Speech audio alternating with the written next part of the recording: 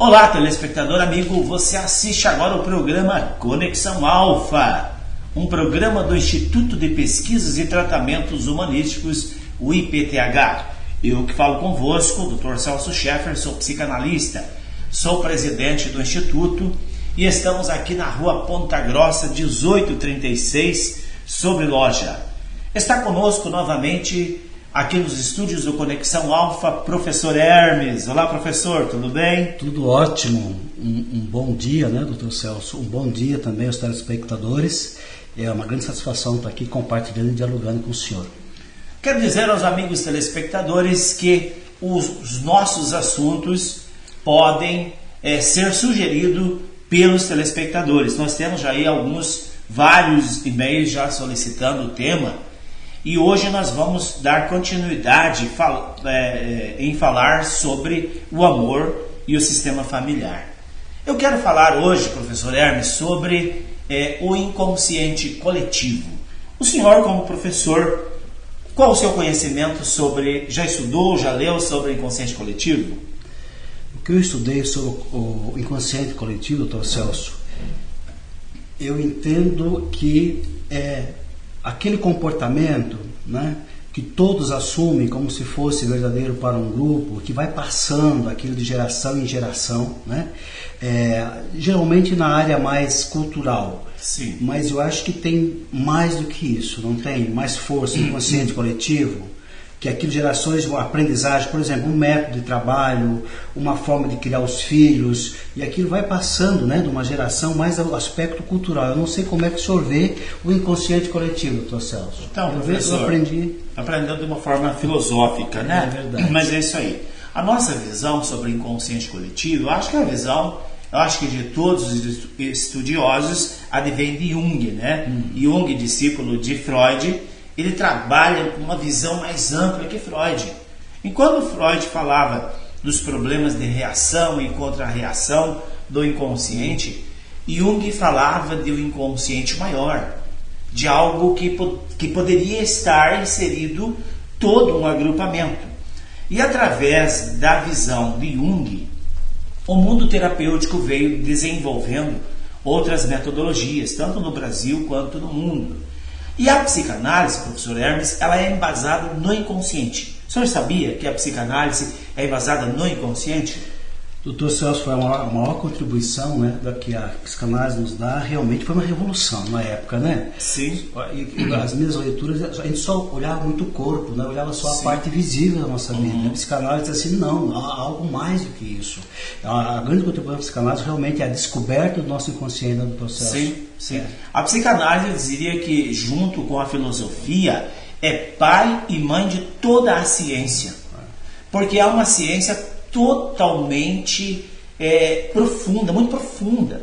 Trabalha lá onde o racional não consegue alcançar, lá onde estão os arquétipos dos problemas, lá onde estão os arquétipos do destino da pessoa, e é possível acessar esse inconsciente pessoal, e através do inconsciente pessoal é possível entrar no inconsciente coletivo da ancestralidade. E aí que vem o conhecimento, professor, da psicanálise sistêmica. É uma técnica científica nova, literalmente nova. Nós somos os criadores da psicanálise sistêmica e temos orgulho de ser apucaranense, não de nascimento, mas de coração. Apucarana, professor, é levado a subir a rampa da Assembleia Legislativa de Curitiba, onde recebemos lá um prêmio de reconhecimento da psicanálise sistêmica. Recebemos também o prêmio em São Paulo como melhor psicanalista do Brasil, o prêmio Anita Garibaldi em Porto Alegre, e agora vamos levar para 17 países da América Latina a nossa tecnologia.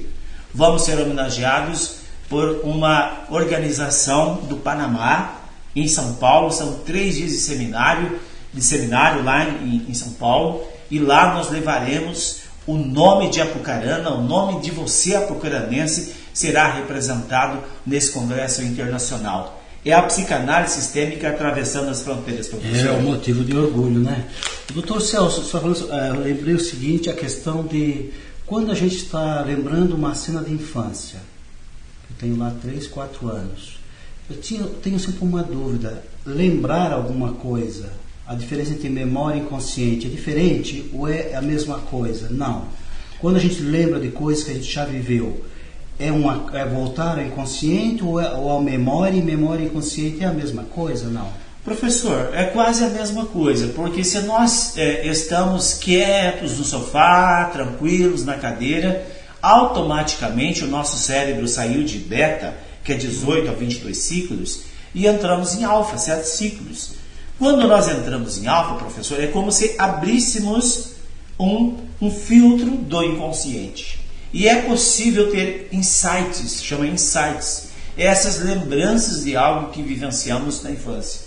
E a terapia do inconsciente, ela tem esta proposta de buscar no inconsciente, na infância ou na gestação, ou até mesmo em gerações passadas, o problema que está manifestando na vida das pessoas.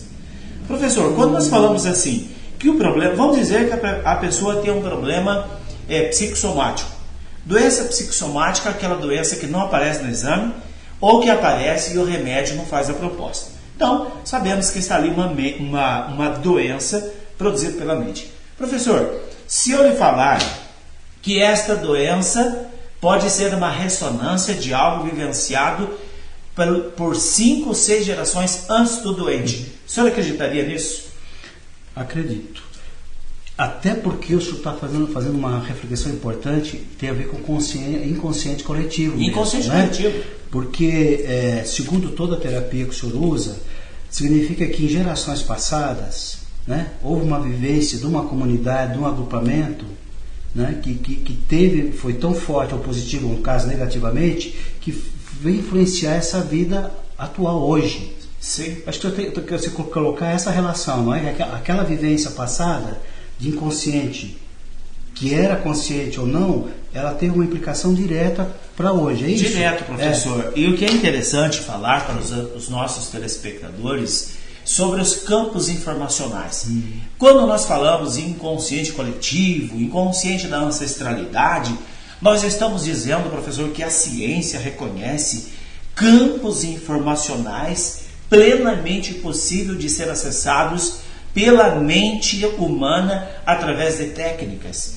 E esta é uma das técnicas que tem revolucionado no terapêutico, que é a abordagem sistêmica das memórias inconscientes, onde nós conseguimos levar a pessoa em hipnose, ele entra no nível de inconsciente, acessa os registros, e é possível, professor, ele acessar o inconsciente do avô, do bisavô, do terceiro avô, e dizendo que lá no 5º avô está a origem primeira da doença que está manifestando nele, como eu disse, uma doença psicossomática. Doutor Celso, eu posso dizer, por exemplo, que eu acesso o inconsciente, mas de forma consciente?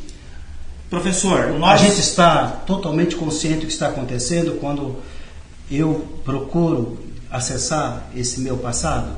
A grande diferença, professor, das antigas regressões de memória, hoje não se usa mais regressão de memória. Hoje o conhecimento científico da mente evoluiu muito. Hoje chama-se abordagem do inconsciente. Nós usamos um aparelho que ativa a glândula pineal, onde está a sede da alma, e ali nesta ativação, professor, é possível nós descermos no nível de 0,5 ciclos, que é o estágio de hipnose profunda, mas segurar parte do racional ativo. Tanto é que, por exemplo, eu induzo o senhor neste nível, o senhor visualiza que seu 8º avô viveu um destino, e o senhor está repetindo esse destino, e nós conseguimos ressignificar esta memória através do seu inconsciente, curando esta geração passada, porque os inconscientes são vivos, estão vivos dentro dos campos informacionais. Mas aí, o telespectador e o senhor poderia me perguntar, mas é o espírito do vovô que nós vamos acessar? Não, meus queridos telespectadores, não, professor. É um campo de informação chamado inconsciente coletivo. E nós podemos acessar dentro de uma escala incalculável para resolver os problemas. Porque todas as memórias vivenciadas pelos nossos ancestrais, sejam boas ou ruins, estão presentes nesses campos informacionais automaticamente nós podemos nos conectar.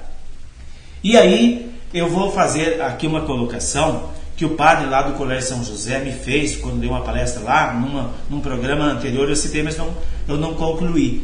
Eu falei de todos os problemas do inconsciente coletivo, problemas da família que transmite para os filhos, aí acontece uma repetição de padrão de comportamento, e aí o padre fez uma pergunta assim: Dr. Scheffer, mas nesses campos mórficos só tem coisas ruins? Não é essa a impressão que dá, professor? Essa é a impressão que dá, e eu até ia colocar uma pergunta. Eu posso acessar esse inconsciente coletivo, por exemplo, escuta, acessar e voltar e perguntar: como você pode me ajudar para tomar uma decisão hoje? Pode ser feito isso? Pode ser feito. Então eu vou responder agora o que eu respondi para o padre lá na palestra. No inconsciente coletivo, no consciente, nos campos mórficos da família, estão todos os registros negativos e todos os registros positivos. O que vai determinar o acionamento dos campos mórficos negativos são os traumas vivenciados na infância e na gestação. Isso é que condiciona. E para nós acessarmos, por exemplo, as coisas boas, também depende da infância e da adolescência, e também da gestação. Agora, se eu tive uma infância traumática, uma gestação perturbadora, o que eu faço, professor? Venho para a terapia. Professor, na terapia é possível levar a pessoa no ventre materno, antes da fecundação, é possível acessar os inconscientes dos ancestrais que estão doentes. E através da ressignificação dessa memória dentro da gente, nós podemos aí tomar uma nova decisão, um novo caminho. Agora, respondendo a sua pergunta, nós podemos sim mudar o rumo do destino a partir do momento em que encontramos o pano de fundo do problema. E é plenamente possível, qualquer pessoa, de qualquer idade, de qualquer credo religioso, pode acessar o inconsciente. O que precisa é de um terapeuta para ajudá-lo. Sozinho não pode, professor. Doutor Celso, uma curiosidade. Tem idade para isso? Eu estou pensando aqui, geralmente são adultos, a gente vê na constelação adultos, né? Sim. Mas se for um jovem, se for um... Tem idade para a gente resolver nossos problemas e acessar o inconsciente coletivo? Eu quero citar aqui um exemplo, um caso clínico, de uma criança de 1 ano, 12 meses é 1 ano e 4 meses. Nós atendemos aqui uma pessoa da Índia, com 15 meses, perdão. Uma criança de 15 meses. Então dá 1 ano e 3 meses, né? Fui mal aqui na matemática. Essa criança, ela começou a ter problema de coordenação motora, não ficava em pé e entrou em coma, na Índia. E o indiano, conhecendo o nosso trabalho, ele namora uma brasileira e ele fala fluentemente inglês, ficou sabendo da nossa metodologia e veio da Índia para tratar a criança. E nós fizemos a constelação e foi realmente emocionante a constelação dessa criança. E o que impressionou-nos e encheu o coração de alegria, depois de 15 dias da constelação, a criança deu alta do hospital no estado normal, como se nunca tivesse adoecido. Eu citei esse caso para responder a sua pergunta. Nós não trabalhamos diretamente no inconsciente da criança, mas trabalhamos através de um membro da família, trabalhamos a criança ainda no ventre materno. E também podemos acessar o inconsciente do marido, dos filhos, dos tios, desde que eles permitam. E qualquer pessoa pode ser aí uma ponte para a cura, professor. Isso é especial e muito importante, quer dizer, você pode ajudar outras pessoas, ser mediador daquele problema, acessar o inconsciente, não ser a pessoa diretamente que está com o problema. Sim, é plenamente possível. Por exemplo, casos de casais que o marido não quer ir para a terapia, o marido não concorda em fazer a terapia, mas permite que a mulher faça. Então, diante dessa permissão, existe uma lei chamada Lei da Hierarquia. E a Lei da Hierarquia nos autoriza a entrar no inconsciente coletivo do marido, como estava citando o exemplo, resolver e desamarrar o destino dele de destinos de seus ancestrais. Professor, chegou ao final do nosso horário. E eu quero que o senhor se despeça dos nossos telespectadores e prometa que vai voltar. Foi um prazer estar conosco. Eu só queria estar com todos os telespectadores. O senhor, doutor Celso, foi ótimo. Estamos conversando hoje. E convidar para vocês, especialmente, não esqueçam, o nosso seminário, o nosso workshop sobre felicidade.